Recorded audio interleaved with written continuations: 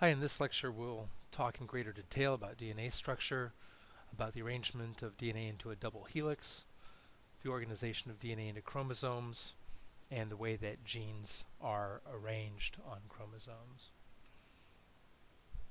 In DNA there are three basic parts, as we've seen before. We have phosphate groups, a sugar group. These two will combine to form the backbone, and a base which will encode the information in the center of the strand. Together these three pieces are called a nucleotide, and the nucleotides will join together to form a linear sequence of bases which can be read out by enzymes or other nucleic acid molecules.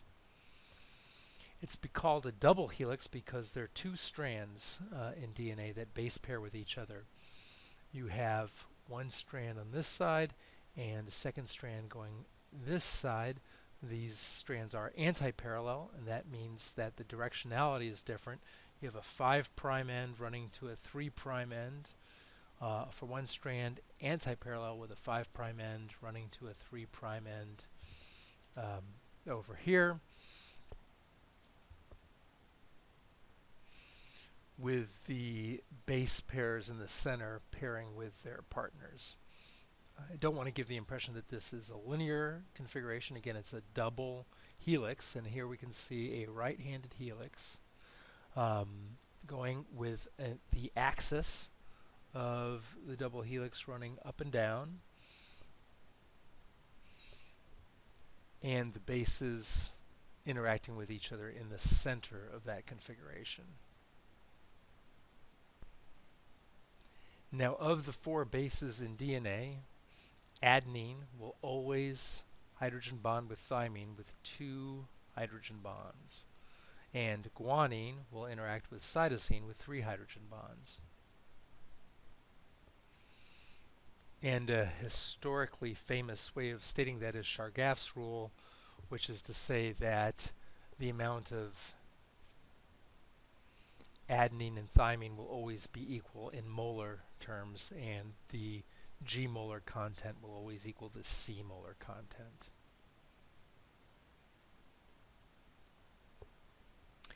To draw it in a little greater detail, again we have the axis running up and down in the page, and the bases as they're interacting are normal both to the axis that we've drawn and to the plane of the picture, so that the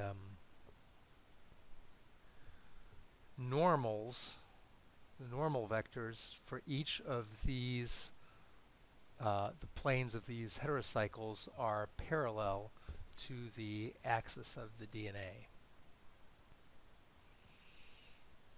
The sugar and phosphates form the backbone. That's the backbone from one strand. This is the backbone from the other.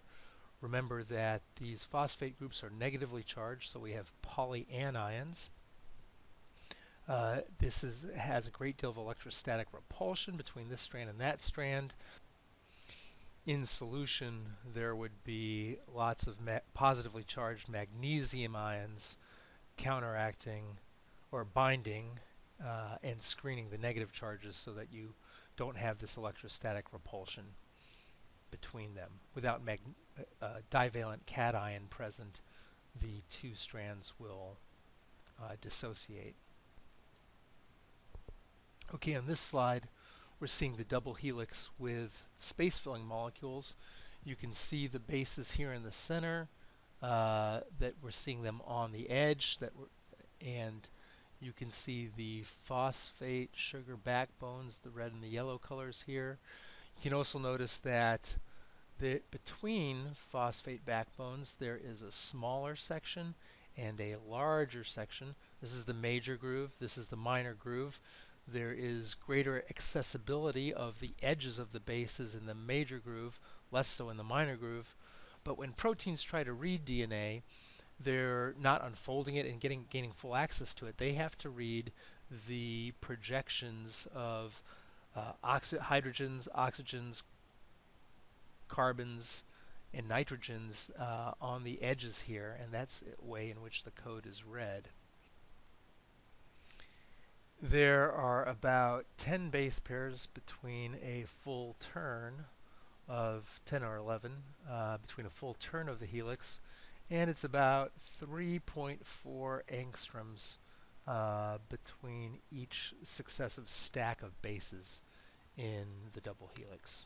Because you have a double helix with base pairs that are complementary to each other, this enables you to have two templates for further synthesis, so that when DNA replicates, these two strands will dissociate and serve as a template for the synthesis of a new strand. This is termed semi-conservative replication, and that just indicates that each new strand has one of the original strands of DNA and a newly made one, original and newly made. Watson and Crick's original paper, which was only a few pages, 2 I believe, which they're primarily reporting the structure. At the very end, they have a single sentence saying that it has not escaped our notice that the specific pairing we have postulated immediately suggests a possible copying mechanism for the genetic material. So they are remembered not only as having identified the first structure of DNA, but also the first to suggest in print the copying mechanism.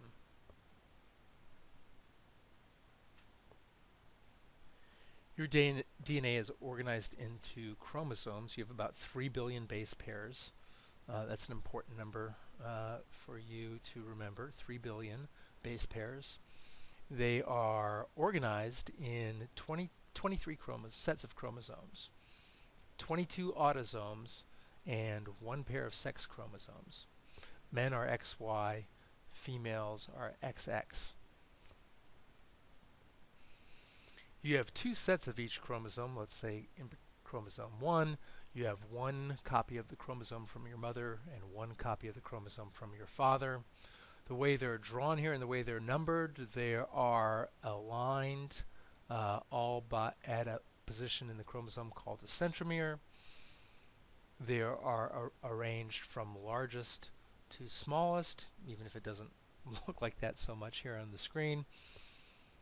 And in each case, the smaller arm, or the P arm, is above the centromere, and the longer arm, or the Q arm, is below the centromere. The P stands for petite in French, and I'm not sure what the Q stands for. I think it's probably just the next letter in the alphabet.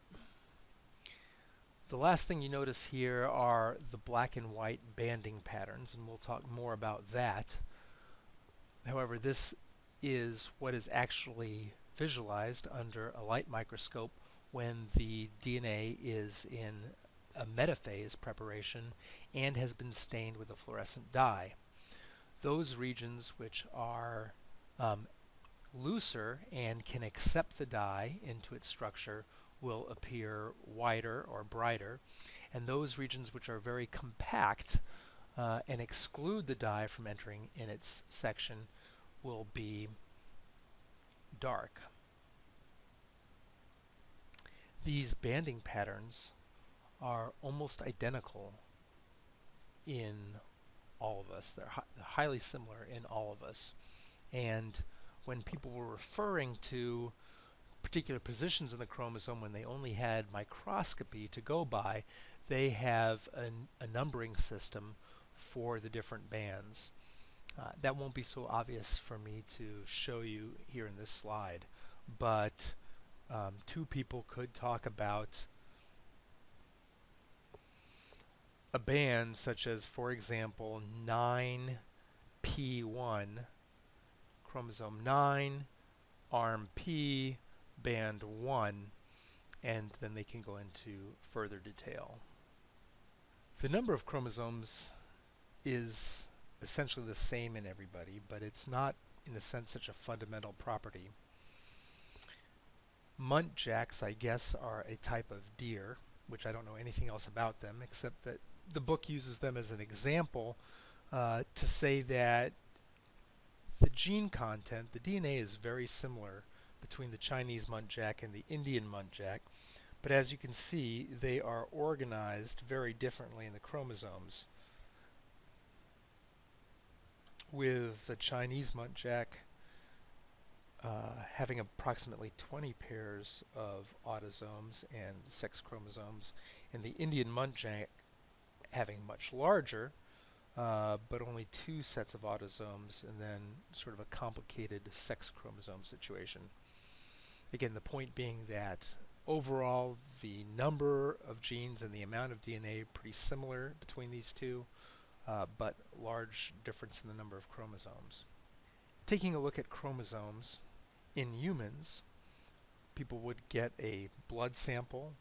They'll feed it a molecule that will freeze the chromosomes in metaphase, smear it out on a microscope slide, look at them using light microscopy, and you will see what's called a metaphase spread here, without the color, just black and white. And then people would take photographs and actually cut the photographs up and align them as you see here on the right. Here, for instance, is one copy of chromosome 1. Here's a second copy of chromosome 1. They're both right here. If we look at chromosome 4, here it is, and here it is, and they're lined up here. So this is a reorganized version of a metaphase spread. Now, this has obviously got a lot of color here. It's not black and white. Modern techniques, I think it's called molecular paints, have special reagents which will bind to and color chromosomes a specific color, which aids in the ability to align them. It can also, as we'll see in a second, help you identify regions that have slightly different colors from the overall chromosome. That can sometimes be an indicator of abnormalities. So I think this is an example of a normal set of chromosomes. As you can see, again, 22 autosomes and 1 set of sex chromosomes. One of the ways that chromosome structure can be disrupted is to have something called a translocation. And in this case, a part of one chromosome has broken off its original site and been attached to this chromosome. If you were looking at a set of chromosomes underneath a microscope with just the white and black banding patterns, that might be difficult to spot, but with molecular paints you can see the purple and the blue regions very, very clearly.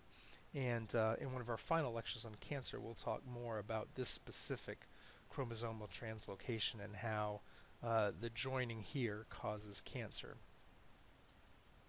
In this case, we are going to compare a normal karyotype. Again, karyotype is the term just for the organized representation of your chromosomes in metaphase with a cancer karyotype. As you can see, there are many, many differences. For starters, 4 copies of chromosome 1 in the cancer, approximately 6 copies of at least parts of chromosome 2, maybe 3 full length, 3 bits of it. There are probably some chromosomes that are entirely missing, but here you can also see good examples of translocations, which looks like it's translocations of chromosome 20 and I guess chromosome 5, parts of 20 and parts of 5 here. So when cancers occur, DNA not only has individual mutations, but also the gross structure of chromosomes is massively dysregulated. Chromosomes contain long strings of genes. Again, I'll remind you, you have about 3 times 10 to the 9th base pairs. The number of genes you have somewhat undetermined, but probably 20 to 25,000 is a range which contains the proper answer. These genes are organized in a linear format along a DNA double helix. Each one of these genes will eventually produce a protein, In some cases, many different varieties of protein A, but just to keep it simple now, we'll talk about one gene, one protein. And between genes, there are regions which are not coding for genes. So if we looked at the linear sequence of your chromosome, the raw sequence, there are certain regions that code for genes and certain regions that don't. I will say that this is a hypothetical example drawn up just for demonstration purposes. On this slide we have a schematic of chromosome 22. Chromosome 22 is the smallest of all the autosomes and has the fewest number of genes. In this picture we have the centromere here, and this is the Q arm of the chromosome, and we've taken a portion of that, approximately 10% of the chromosome, and blown it up, and in this region there are approximately 40 genes on that portion of the chromosome. And blowing it up, you can see to scale roughly the spacing of one gene, 2 genes, 3 genes, 4 genes, and this gray area is not, as to our knowledge, coding for any proteins. If we look at the structure of one gene, you have regulatory sequences which determine whether the gene gets turned on or off or made into protein. We'll talk a lot about that process. And then even within this region here you have regions that actually code for the protein and also regions in between the exons. These are called introns, which do not code for proteins but is considered part of that gene. So in that sense, an intron belongs to a gene. These intervening regions between genes we generally don't think of as belonging to a gene. It is just these sections in red, the exons, which will code for the protein, which will then fold and it will have a particular function. So if you look at your genome and ask the question, how much of my genome is actually coding for protein, the answer is about 2%. But if you include the introns, those spaces between exons, then you have about 22% that are genes, and the other 78% of your genome does not account for, is not made up of genes. You have unique sequences, meaning that they're non-repeated, but then over half your genome is sequences that are repeated over and over again. Sometimes short sequences, sometimes long sequences, and we really don't have a very good understanding of what the functions of all this part of the genome is,